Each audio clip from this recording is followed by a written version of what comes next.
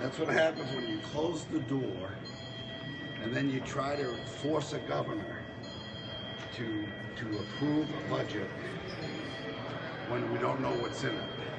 This is really what I've been trying to say for 5 years about what goes on upstairs behind closed doors. And it's not one party. It's not one party. It's been going on for years. And matter of fact, if you check the records, since I've been the governor, there's been over $175 million of this kind of stuff going on at the end of every year through cascading. They all sit in the darkened room when everybody else is in bed, and they make these little deals among themselves. And it's in the last 4 years, the surplus every year, the last 4 years have been almost $176 million. And July 1 of every year, it's gone. And that's what I've been trying to stop. I may not be very articulate because I came from the streets. But this is really sad because this is what goes on, and it has been going on for years. And we need Mainers to understand their government is corrupt, and we need to have Mainers demand better from us. And so this is going to be our little Christmas tree, and this is the little piggy bank that the appropriators have behind the scenes where none of us are involved. Any questions? Why are these particular lawmakers on the tree? Because they're the appropriators. They're the ones that are doing it. There's some on there who want appropriations. But they're in their leadership. They accepted the budget the way it is, and they knew about that. Governor, you think there would be a place for any kind of like court action to prevent the legislature from breaking the full law? I mean, it's pretty clear in the law that budget negotiations and budget proposals are supposed to be discussed in public. We can waste more money, and I will tell you, it goes right to the Attorney General's office, and you're not going to get any help from them. The fact of the matter is, the Maine people have to demand better of their elected officials. And I'm serious, we have to demand better and more from the people that we elect to do the job of the people and to do it as honestly as possible. Now, I might be a colorful guy. I might not be politically correct, which I choose not to be, but I am honest. And you know what I know. And I'm sitting in there right now and I'm appalled at some of the stuff I'm finding out I didn't know was in there.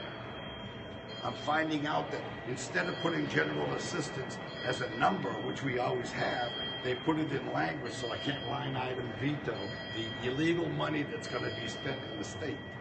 They're pretty tricky. They've been around a while. This is the kind of stuff that I ask the Maine people to stand up against. We don't want this kind of stuff. We don't deserve it, we don't need it, and we can do it honestly. We don't need these people that have been here forever, or these people come here to get a title on their resume rather than do the hard work that people ask of them. And believe me, it's a thankless job.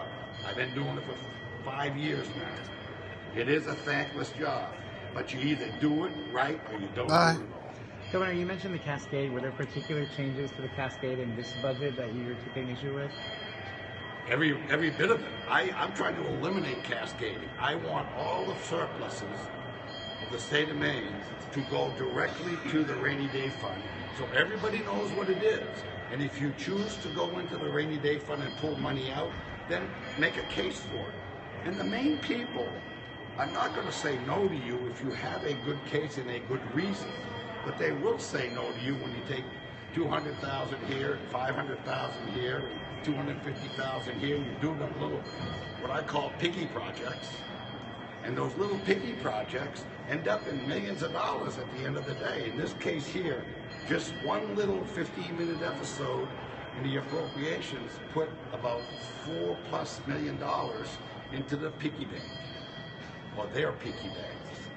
And I just don't feel that's right. Governor, they told us, some of them told us yesterday they ran out of time to do this budget, you know, and not run into a shutdown. First of all, but they wait, will you all listen to me 1 minute here?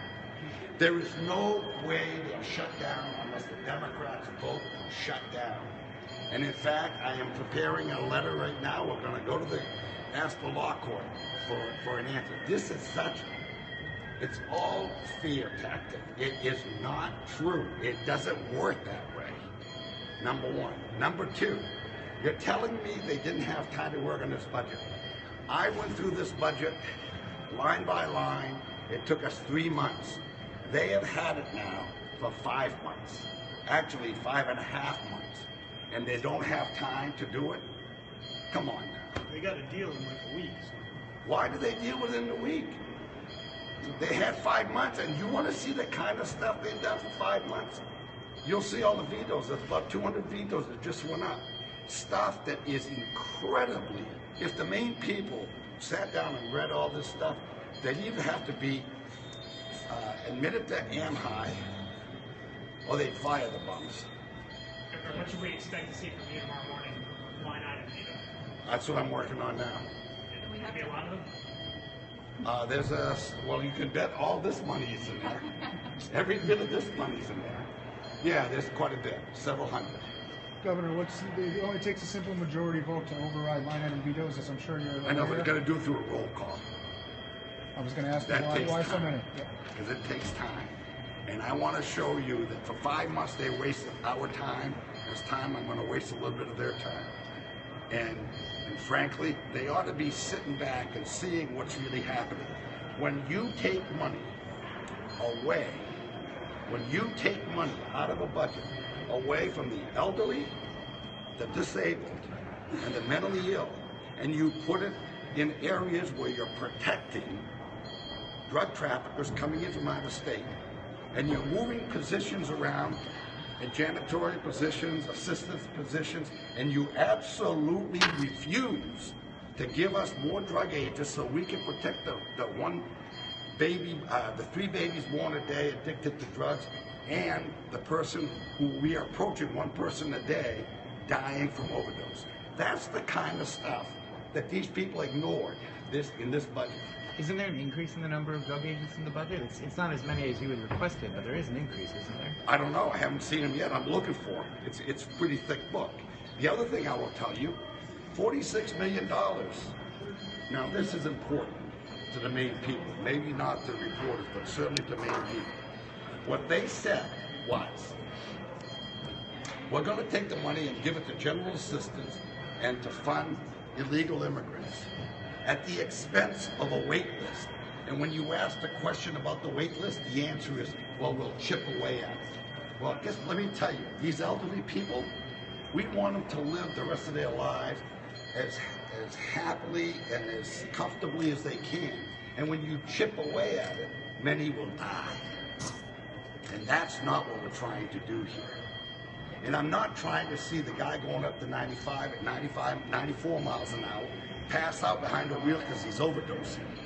And they gave him his 10th shot since January of Narcan. Come on, that's what we're doing upstairs. That's outrageous. The fact is, the wait list it cost $46.46 million, and in the governor's original budget, that was allocated. It was paid for. It paid for They in took total. it out. They took put it in out. $15 million. That is all.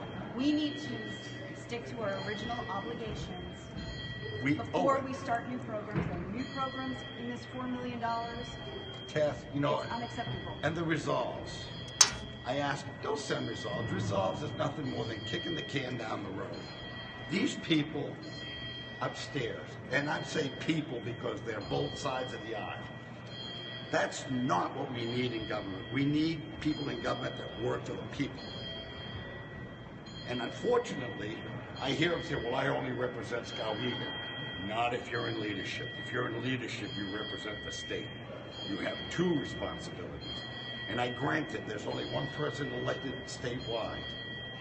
And that's a tough situation because you've got to try to balance everybody's needs. And it's not easy, and I understand that.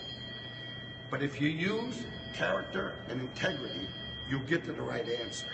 You can't leave your character at the door when you go into your office. And you sure as hell shouldn't leave it outside the door when you lock it. You gotta get your Okay? Thank you. I got a lot of lines to strike out.